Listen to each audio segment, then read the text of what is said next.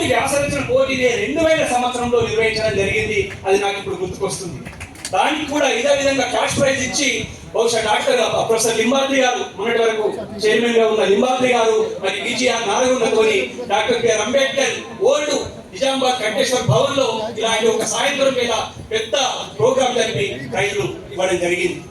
ఆ తర్వాత కొన్ని ప్రోగ్రామ్స్ తీసుకుంటే మేము పూలే అంబేద్కర్ ఆలోచన సమితి ఆధ్వర్యంలో సావిత్రిబాయి పూలే, జ్యోతిరావు పూలే అంబేద్కర్ ఆలోచన విధానాన్ని నిర్వహిస్తున్న సందర్భంలో మేము గమనించింది ఏంటంటే అవేర్నెస్ క్లాస్ అని పూలే అంబేద్కర్ తాకట్టు పెట్టినప్పుడల్లా విద్యార్థులు వస్తున్నారు, యువకులు వస్తున్నారు, కానీ బీసీ యువత ఎక్కువగా అట్రాక్ట్ కావట్లేదని మేము గమనించి ప్రత్యేకించి బాల శ్రీనివాస్తో సంప్రదించి బీసీ లెక్చరర్స్ అసోసియేషన్ మరియు పూలే అంబేద్కర్ ఆలోచన సమితి ఆధ్వర్యంలో Phule Ambedkar thoughts for BC youth conference అని ఒక పెద్ద 2 రోజుల కార్యక్రమాన్ని బీసీ యూత్ కోసం నిర్వహించడం జరిగింది.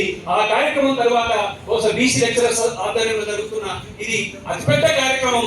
దీనికి వెన్నుదన్నుగా నిలిచిన మదన్నను మేము ఎప్పటికీ మర్చిపోమని ఈ సందర్భంగా గుర్తు చేస్తున్నాం. ఇకపోతే చాలా మంది అనుకుంటారు సావిత్రిబాయి పూలే చేసిన పోరాటానికి లేదా అంబేద్కర్ చేసిన పోరాటానికి ఇప్పుడు రిలవెన్స్ ఉందా అని అనుకుంటారు. నేను సమయం కొంత తీసుకున్నప్పటికీ ఒక 2 ఇన్సిడెంట్స్ ను మీకు లైవ్ ఇన్సిడెంట్స్ ను చెప్పడం ద్వారా ఆ ఉద్యమానికి, వారి జీవితానికి, వారి సందేశానికి, వారి సేవకు, వారు చేసిన త్యాగానికి ఇంకా ఎంత రిలవెన్స్ ఉందో చెప్పే ప్రయత్నం చేస్తాను.